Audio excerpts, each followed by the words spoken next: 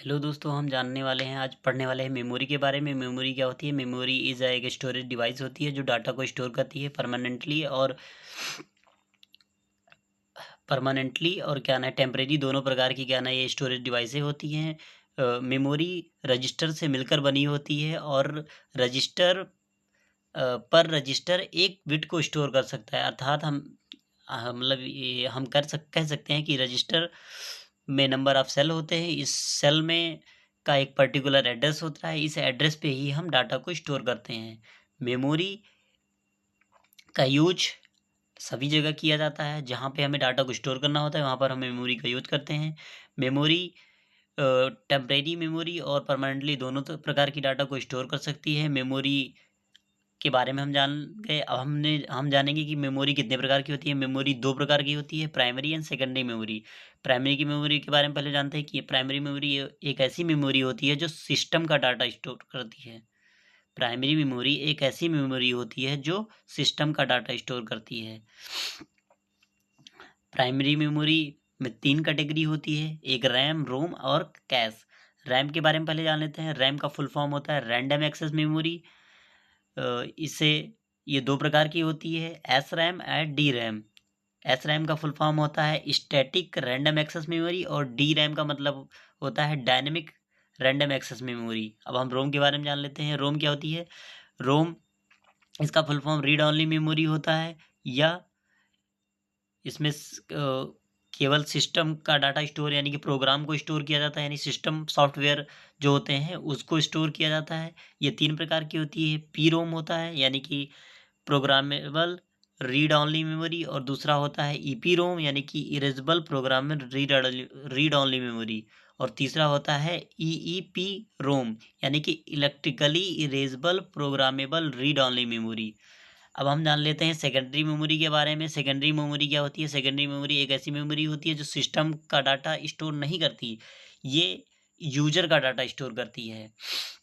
ये firstly required नहीं होती, इसे हम अपनी ज़रूरत के अनुसार से लगाते हैं। इसके बिना, सेकेंडरी मेमोरी के बिना भी सिस्टम हमारा रन कर सकता है। ये दो प्रकार की होती है, सैम एंड डैम। सैम का मतलब क्या होता है? सिक्वेंशियल एक्सेस मेमोरी यानी कि ये डाटा को सीक्वेंस में रीड करती है और राइट करती है।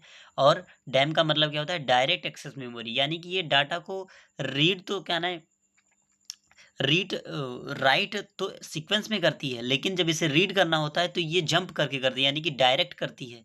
जिस मोड पे हमें ज़रूरी होता है वो उस मोड पे चली जाती है। अब हम बात करते हैं कि सैम के टाइप के बारे में। तो सैम एक ही प्रकार का होता है, मैग्नेटिक टेप। मैग्नेटिक टेप एक ऐसी डिवाइस होती है जो मेटल से बनी होती है। इसमें केवल एक ही साइड पे डाटा को स्टोर कर सकते हैं। ये एक मैग्नेटिक डिस्क होती है। इसमें रीड एंड राइट फंक्शन दोनों सीक्वेंस में होते हैं, इसलिए बहुत स्लो होती है। इसका यूज अब नहीं किया जाता, पहले के समय में इसका यूज किया जाता था। इस लगभग फर्स्ट जनरेशन में ही इसका फिफ्थ फर्स्ट जनरेशन से थर्ड जनरेशन से इसका यूज किया गया था। इसके बाद इसका यूज नहीं किया जा रहा है।